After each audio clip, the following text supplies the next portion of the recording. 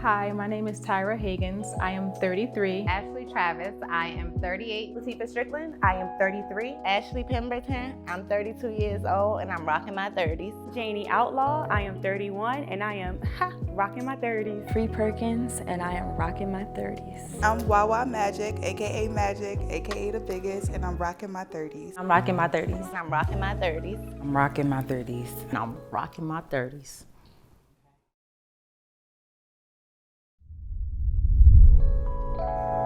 She got style, grace. She got attitude. Feel it much. My name is Margie L. Barksdale. I am 88 years old. I felt my age when I was in my 30s. I put my kids before anybody else and my grandkids. So I enjoy being a mother and a grandmother. Being a mom has changed my life completely. Before Copper, my daughter, I was lost. Being a mom has helped me to find myself. I don't know, I really wasn't a grown-up until I became a mother. So being a mom has matured me, it has freed me, it's taught me how to love unconditionally. Yeah, being a mom changed my life 100%. Balancing being a mom and, being myself separately, it comes from having a village. Everybody, I have a very healthy, very strong village. My sisters, my mom, my father, everybody pitches in. And the balance for me it comes from putting myself first sometimes. So funny, we were just talking about this at my self-care event yesterday. We were saying that they were asking, what is self-care? And I think it ties in, balance is self-care. Self-care is balance, being able to put myself first every now and again, because it's few and far between. As a mom, you don't really get the opportunity to put yourself first. But being intentional about that, putting myself first, relying on my village, this is where balance comes in.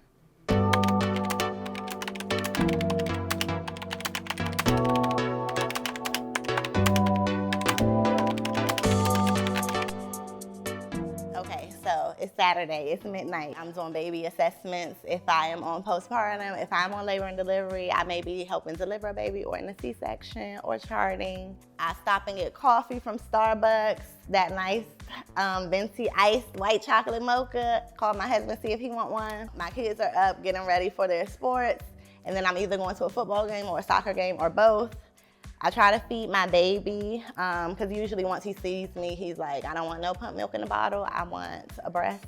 We eat, I take a 2-hour nap with my baby, and then I get up, shower. By 7 p.m., I am back at work.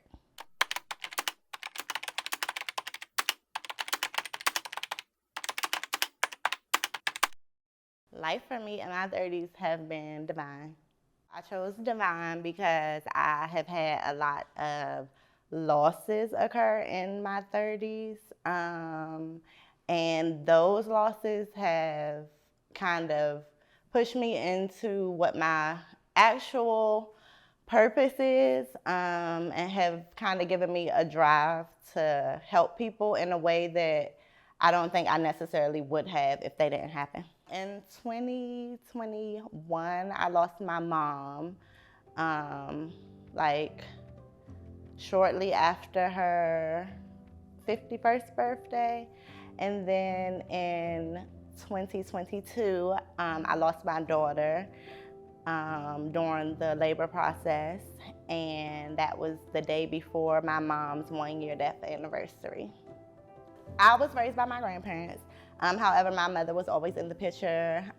She was very much so a mom, but she was also my sister, a good girlfriend, my best friend. We literally talked every single day, multiple times a day. Yeah, that was my girl.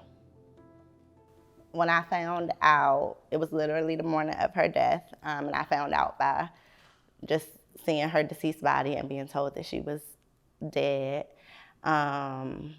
And she lived in a different state from me at that time. So I went to that state and just kind of got in the leadership role of taking care of all her funeral processes and trying to accommodate everybody's wishes while making sure that like everything my mom wanted and the memory or legacy that she would leave behind was not tainted in any way. I think Regina King said it in an interview where she said that grief was love that had nowhere to go. I think that is the most beautiful, most intelligent, thought-provoking, controversial explanation of what it really is, because with my mom and my daughter, it is very much so like I have so much love to give, but like that love is specifically for those people, and with them not physically being here, it's kind of difficult to give out that love to them in a very physical way. So grief is definitely just a lot of love that is kind of trapped. My daughter's name was Sapphire Rain. Her birth and death date for me was July 31st, which is also my husband's birthday. So aside from the fact that it was the year anniversary of my mom's death the following day, with it being his birthday, being shared with her death day, it was just like incredibly difficult.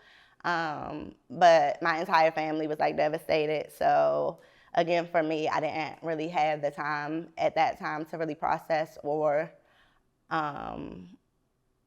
feel anything regarding her passing. Later on, of course, like at different times it hit me, but because of who I am, I deal with my problems on my own in a quiet corner and help everybody else deal with theirs.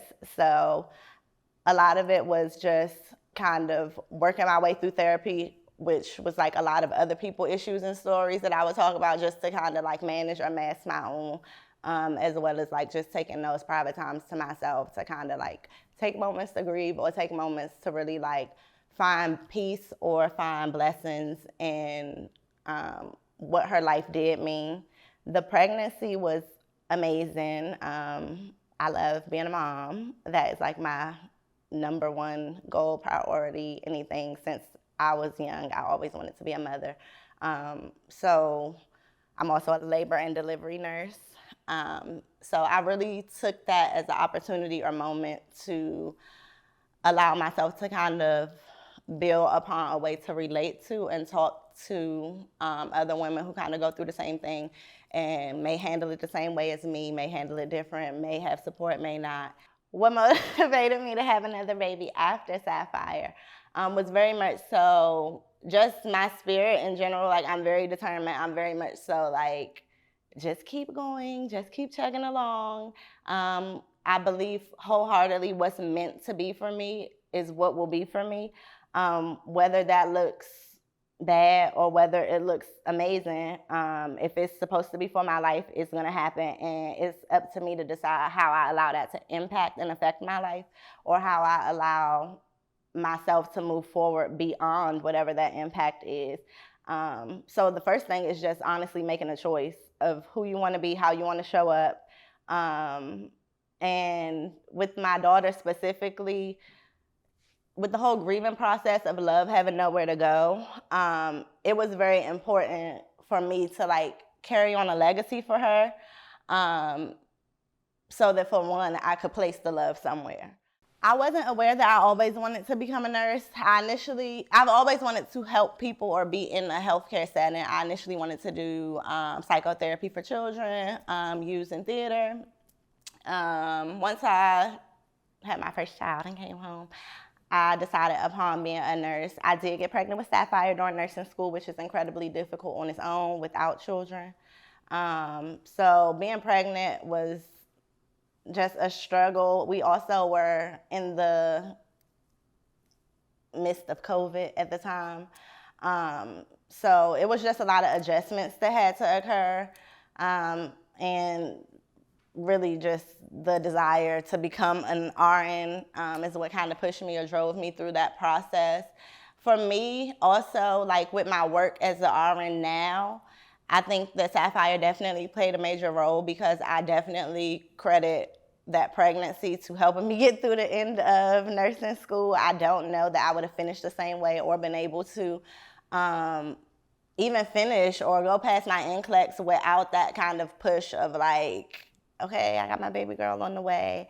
So of course, obviously devastation happens when you get to the end and it doesn't happen. However, just choosing what field I want to be in nursing kind of was guided by her as well, because I was met by such beautifully spirited nurses during that time that were very open to what I wanted, very open to what I said I needed, what my family in the room needed. I had an awesome doula who helped me get through the situation and kind of really went into autopilot for me, like found a funeral home for my daughter and all of these things. And it's like, I know as far as African American women are concerned, we have a disparity when it comes to healthcare of all kinds, but specifically when it comes to childbirthing, child rearing. And when I had that experience, I just decided in that moment, like I absolutely want to be a part of the difference.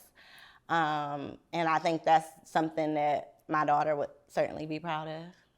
So I have my bachelor's in psychology, master's in social work. I've always had a heart to give. That's just been where I was. It didn't matter what population I worked with. And so I led into 10 years of being a social worker, working with many different populations, whether it's children and family, youth homelessness, returning citizens, whatever. But it was always a heart project for me. I never thought that being a social worker, I was gonna be rich by any means, but it was something that I loved. But, you know, in the height of my social work career, in a position that I didn't think I would be in, the moment I got pregnant, I said, I can't do this anymore. And it wasn't from a standpoint of I didn't love the work.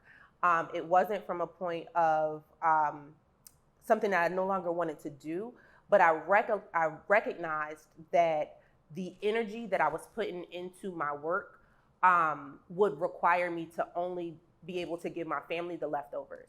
And I knew that bringing a child into the home, they wouldn't necessarily understand it, nor do they deserve it. My husband, obviously, he could understand me working in social work and the passion that I have for it. And so he was able to make accommodations for what that looked like from a husband-wife standpoint. I, said, look, I'm going to work to live, but I don't necessarily have to, live to work. So I took a huge pivot from social work to human resources, where, it's still stressful in its ways, but it's not requiring me to pour as much as I was. It's a decision that was hard, but I also realized in these most recent years that I've been able to give more closely to the people that I really, really love and really show up for the friends that I have and the family that I have. And that is where my pouring has been. Do I still want to kind of dip my toe out there? Absolutely. And I find my ways in terms of volunteer work and, some contract work on the side. I heavily hold my family as my first, I hate to say this, but my first client. They are my first priority. They're getting the first of me, always. Life for me as a mother has been rewarding, but it's been a roller coaster. It's one of those roller coasters where you're going up this major hill, and you're like, as you're going up, you're like kind of scared because you don't know if it's a dip after this, you don't know if it's a turn after this, you don't know if you're going to be flipped upside down or whatever. You don't know where this is going, but you strapped in and you on for the ride until it comes to an end. And so I'm always, excited for what's to come, nervous because I don't know. I don't have a playbook.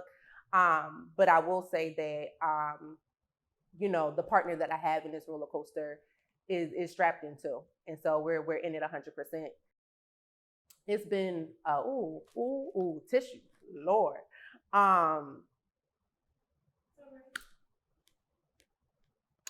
it's been an experience that has reminded me of the circle of life, right? I look at my son's birthday video constantly. I'm obsessed with baby birth. Big push. There you go. Shoulders out. There you go. But it's hard because as I look at him, I'm constantly reminded of like, there's gonna be a time one of us is gonna have to do life by ourselves. Don't know what that looks like. And so that in between, I'm like constantly trying to make sure that it's full. And it doesn't necessarily have to be full and busy, but that is full with memories, and that is full with depth and lessons and love. Like I said, that's where I'm pouring into. I went to the doctor that week and she was like, well, there is something there, but I'm sure it's fine. And that's so annoying. I'm like, you don't know it's fine. You don't know. Stop. I'm sure it's fine, but we're just gonna do an ultrasound and mammogram just to be sure. And then I went for the ultrasound and mammogram and they was like, yeah, there's a mass here. We don't know what it is, but we're gonna recommend you do a biopsy. Mm-hmm. Like that's like the thing when they cut it. Yeah, they like went in with a needle to take some of the tissue out to send it to lab testing. Mm-hmm. Then I had to wait 3 weeks for the result. Well, no, I had to wait 3 weeks for the biopsy appointment. Going crazy the whole time leading up to the appointment. And I had to wait a week for the results. And then they sent me the damn results in the email. So if you could bring us back to the day like you found out, like what was that like? Did you suspect it? What happened? So the day I found out was Friday, and I received my diagnosis via email.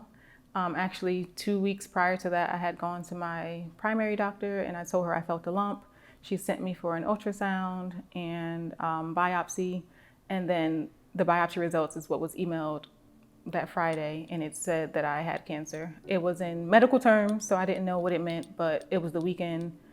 I just had to sit on it for the weekend, and I couldn't help but to Google what it meant, and it meant I had cancer. I felt like my world was just crashing down on me. I didn't know what would happen next. I have a young daughter. I felt like, okay, well, what if I die now? Like, who's gonna take care of her? I didn't know much about cancer. I didn't have anyone close to me that had gone through it, so I didn't know what survival rates were like. There was a lot of unknowns. I didn't know what it was gonna look like for me. So I was scared. I felt that my hair was a major part of me. I felt like in some ways it defined me. And when I lost my hair, I felt like I was losing my identity. I felt like I don't even know the person that's looking back at me in the mirror.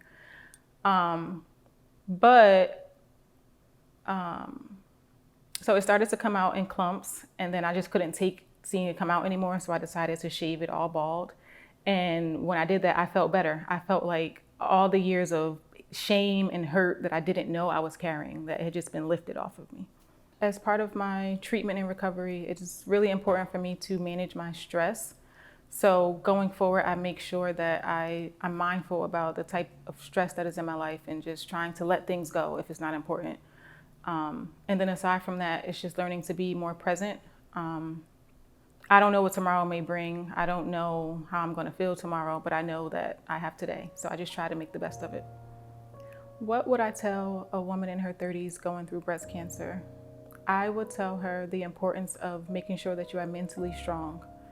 I was prepared for the changes that would happen in my physical body. I was not prepared for the changes in my mind. I knew I would lose my hair. I did not know that I would be so close to losing my mind. During the journey, you will meet a lot of different doctors. They will tell you different things, and it is really important to advocate for yourself, to ask questions, or if something you don't agree with, to let them know you don't agree with it.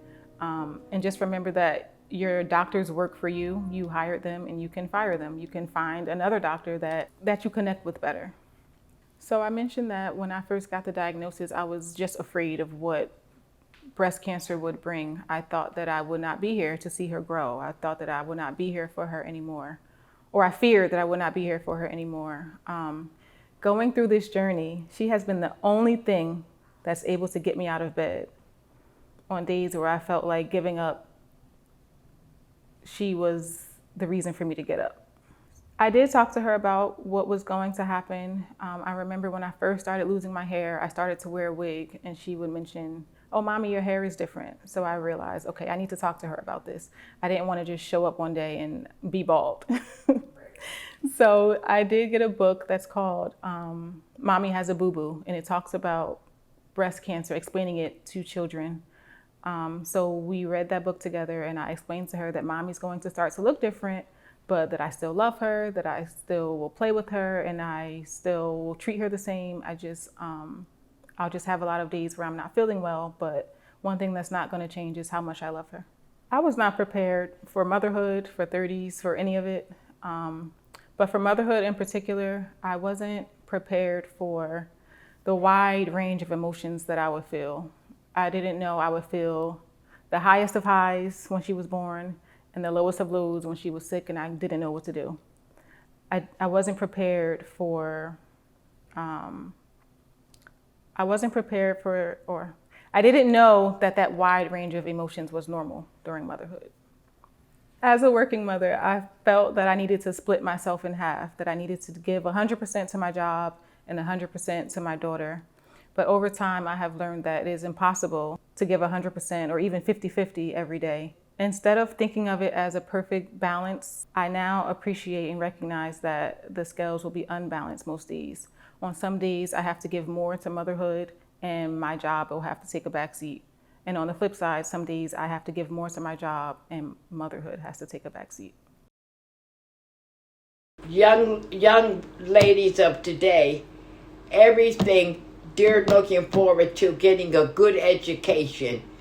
More going to school, they're concentrating and more going to school, getting a good education, good degree, and then once they reach that goal, and then get their good life and whatnot, and they're putting their children to later on to have the children because they want to be able to reach their goals in life and be able to take care of the children, but they want to be able to do it in a way where they're able to do it with no setback, no obstacles blocking their way.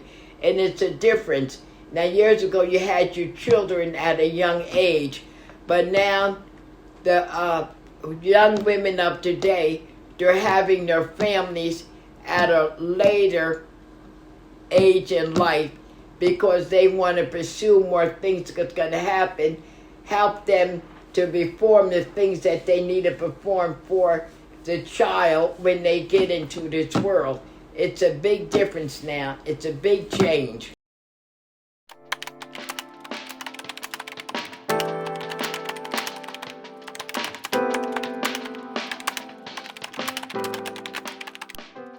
Me, I'm Rich Auntie. You can have somebody else's kid for a second and look cute. You could do a video with them. You could take them, for ice cream and then be like, here you go. Take them back. Being that resource, being that Rich Auntie that you can come and talk to me like, girl, let me tell you what happened. That's okay. I'm here. I'm gonna tell you crazy. And if you're in danger, I will tell your parents. I'm going to disclose that. I'll get them whatever they want. Regardless if I have the money in my account or not, I'll make it work.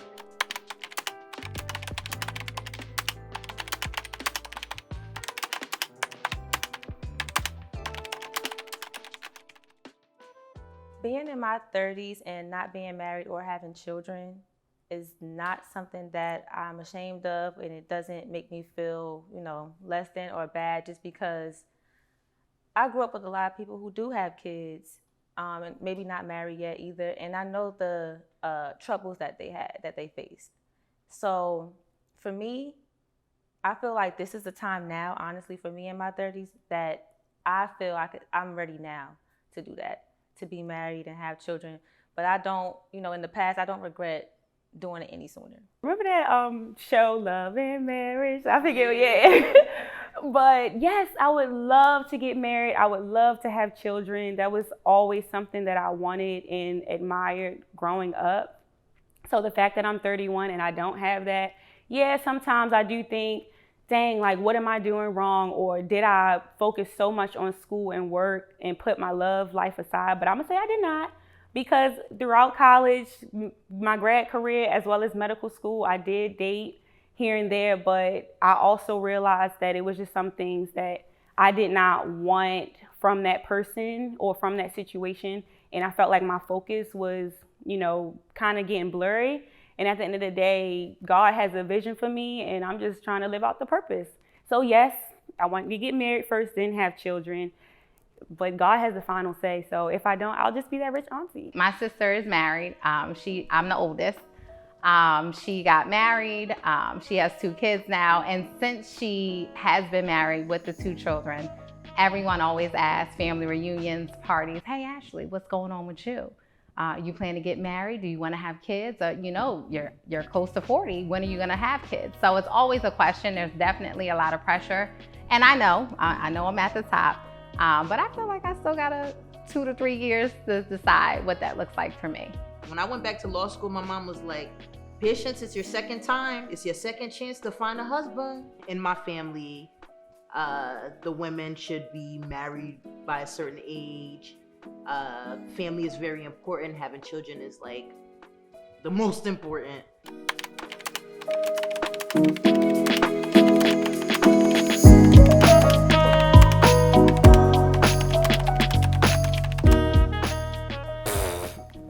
I'm sorry. There's no more getting to know you. I don't know what's going on in the dating field, but I feel like people kind of just assume that you want to Netflix and chill or something like that. Yeah, dating is a little hard. I would say it's a little ghetto. That's why I put it. It's a little ghetto. Whew. Dating in my 30s is definitely challenging. As a mother, I have different standards, expectations, boundaries, and just I'm not going to accept the same things that I accepted in the past. It's a struggle because like you're a mom, so it's like if I'm dating in my 30s, I want to make sure the person that I am dating is going to be okay of becoming a stepfather to my child. And then also it's just like now these men, it's like that you got to chase them and I'm not chasing you. Like I'm the prize. Like, I'm sorry.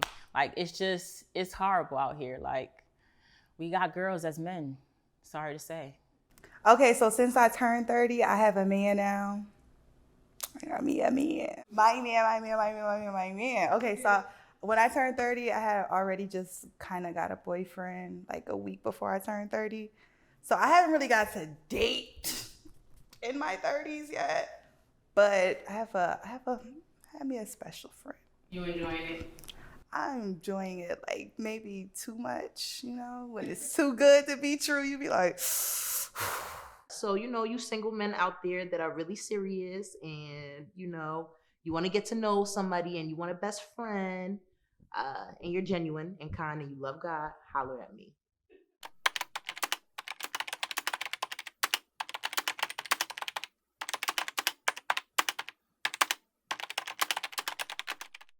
Motherhood has taught me, it's still teaching me. I think I was 19 when I got pregnant and then 20 when I had her. And then when she was a newborn, I was turning 21 like 4 months later. So I wasn't even drinking alcoholic beverages when I had a baby. So it's a lot. Like sometimes I feel like would I have waited if I know what I know now? Absolutely. Do I regret my decision? No, because this has been like such a learning experience. I feel like without Avery, I wouldn't have a hustle, like no urgency for like, get it done. Because it's not just me, it's her now. And she's next to be here. I wanted her here.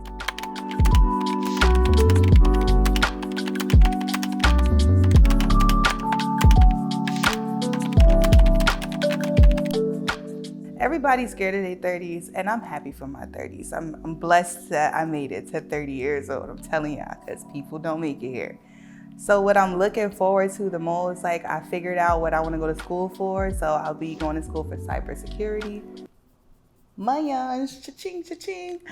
And then I want to be a dope-ass artist and then continue thriving with my kid being a bomb-ass mom too. Figuring that out for the both of us and then letting her figure it out for herself too. I envision myself like I want to own a house and potentially once I get like my degree and stuff, own some properties. Not too much. I ain't trying to overwhelm myself. I'm trying to be a dope artist. So my prayer to God is that this artwork really takes off the way that I envision it to take off, and cybersecurity will be my backup plan. That's what I envision. And then after that, I want a house still, and I want to get married, and I want to have more kids as like a grown adult.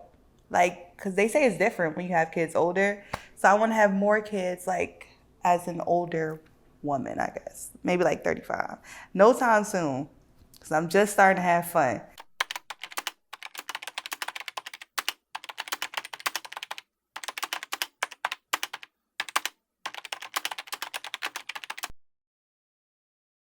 My mama, I credit her a lot because there's so much I didn't realize as a kid that she had to sacrifice. But there's so much that I understand now, like as an adult, that I didn't get before. The things that I didn't understand made me angry with her for a long time. And the things I know now, I can appreciate. Can I get some tissue? You wanna make me cry. I can appreciate more of the sacrifices that was made for me, and understanding that she was a young mom too, because I didn't realize what that looked like until I had my own kid. So she's taught me how to maneuver differently with things that I didn't understand with my own kid. And then she has like a drive. Like, I've never seen her not work. Like, even if she's not working for somebody and she's working for herself, she's figuring it out. Like, so I guess that's where I get my little boss mentality. Like, I'm gonna get to the bag. Look, the bag, the coins, the pesos, the dinero. I'm the author of Malcolm in the Mirror.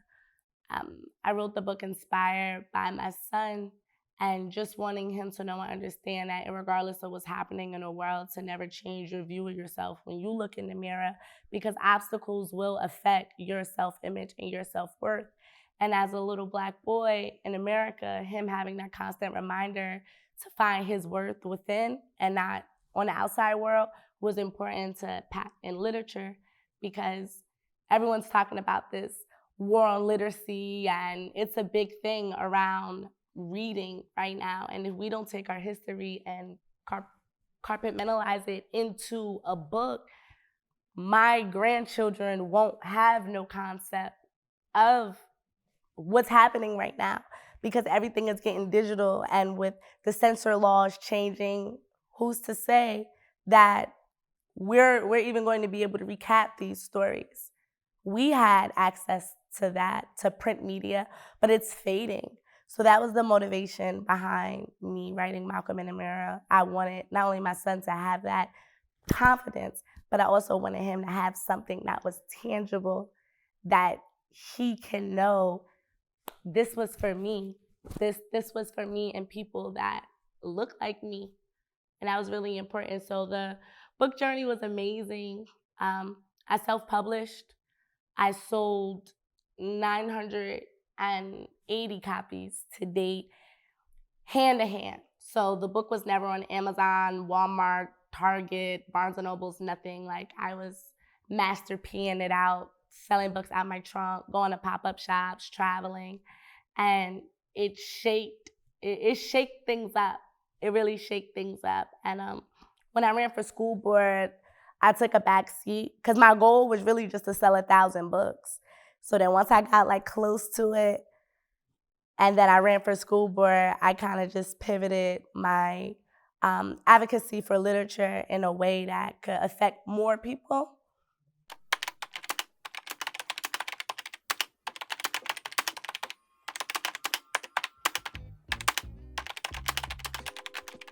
Coffee and Pinot Grigio is how I balance work-life balance, because I do have a 9-to-5. My son is 4 now, so it doesn't stop.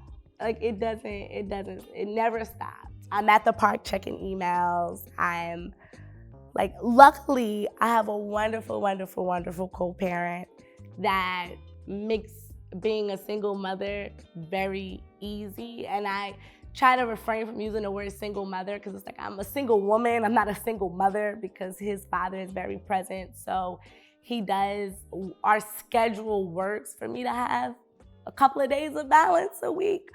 But on the day-to-day, it's tough because I'm always on go. Like at work, I'm running. Then immediately after work, I have to get my son.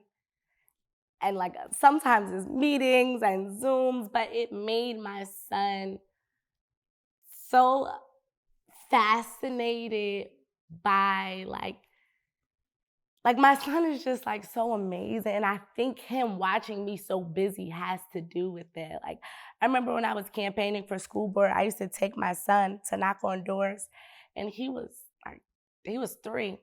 And that's how he learned my name.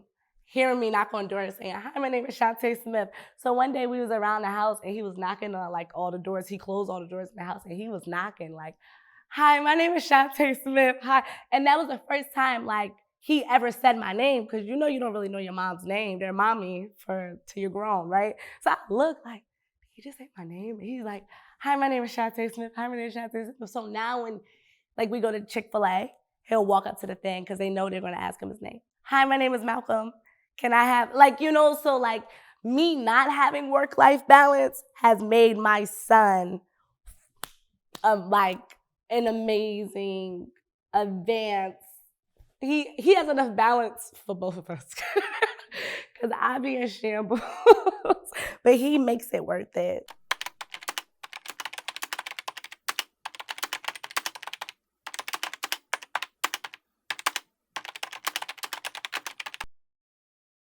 I did not prepare to become a mother. Absolutely not. Absolutely not. Absolutely not. I missed the period. And I was like, well, but luckily I just give it back to his dad. His dad is amazing. And it was an easy conversation. It was like, well, and it's like a stereotype when you're not married and you tell the guy, you know, you're pregnant, that the first thing they say is, so what you want to do? He didn't say that. He didn't say that. He didn't say that. He knew what it was. And so it made it organic. It made it feel planned, but it wasn't. I was able to make it look like it was planned, but it wasn't. I'm sorry if this sounds cliche, but honestly, I just want God to keep dialing in and using me. Like, if he want me to be a wife, I want to be a wife. If he, like, I'm not a big planner. Like, I'm very free-spirited. I just keep my relationship with God open so much that I could receive the discernment and the dialing. So when I hear that spirit say, I need you to do this, or I need you to do that, or go speak to that person, or apply for this job. Like, I listen for that. Like, those are where my plans came from. I never thought about writing a book. I never thought about running for school board.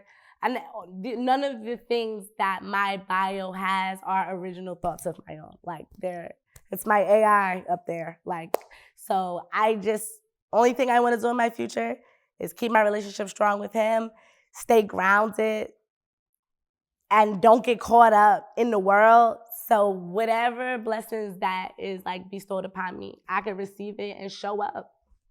I don't know what that may be, but I hope whatever it is, I'm good at it. I've been able to figure out a little bit more who I am. So I would say self-love for me. I would describe my 30s as self-love, figuring out who I am, what I want, what I expect from people, and what I won't accept from others. My process in finding self-love is just being in different experiences with people, whether that's relationships, whether that's friendships, anything like that. I feel like I've gotten to know who I am through different relationships that I've been involved in. Education is, I would say, a challenging career to be in. I started off in preschool.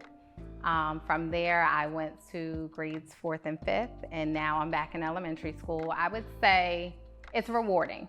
I love kids. I love to see growth. I love to run into my former students that I've had who have children now, who are married and doing really well in life. I would say it's rewarding, but it's also challenging, but I wouldn't choose anything else to do. That's what I want to do.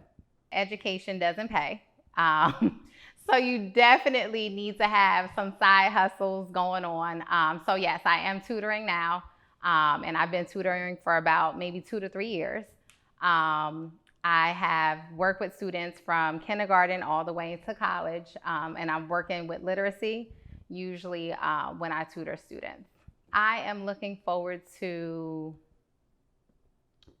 being a mom, I would say, and I am also looking forward to just having companionship and whatever that looks like for me. No more than 1 child. That's all I can handle. The older I get, the more naps I need. I need some quiet time, especially with working with children. I only want 1, and then I'm satisfied with 1. Or a couple puppies. I could do that too.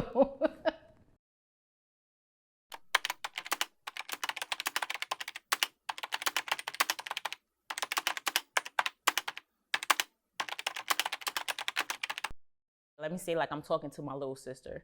So, like, your age of your 20s, I would tell you advice is that I don't think you should be in a serious relationship in your 20s. I really feel like you should get to know yourself in your 20s. Like, I feel like your 30s is when you find relationships and you figuring things out. I also believe that you should do whatever your passion is. Like, I feel like we tune everybody in our 20s. Like, people tell you, oh no, you can't do this, oh no, you shouldn't do this, or you should go on this path because this is more money, or you should go on this path because this is much easier.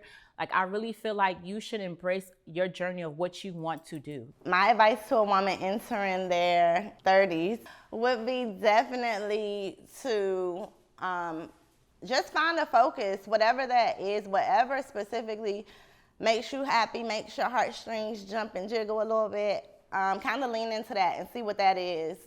First, you got to have confidence in yourself. You can have confidence in anybody else. Mm-hmm. You got to have that maturity and stuff and think the things that you could do before you try to reach out to anybody else. You have to get your own self together. Mm-hmm. That's the number one. I can't come to you if I'm not right in my own self. Mm-hmm. And that's the first one thing you got to do.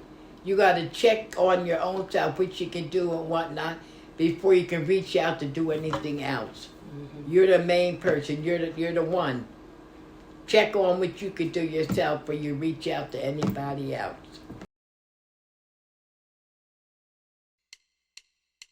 So I thought I was going to be like Claire Huxtable in my 30s. That's the future in me, baby.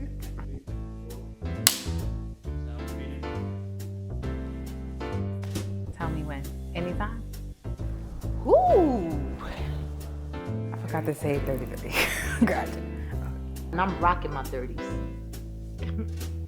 Okay, that was too hood. That was too hood. To the Rockin 30 project, record me, okay? And that was too much at once. I'm sensitive, Mia. I'm a Cancer, okay? That's my zodiac sign.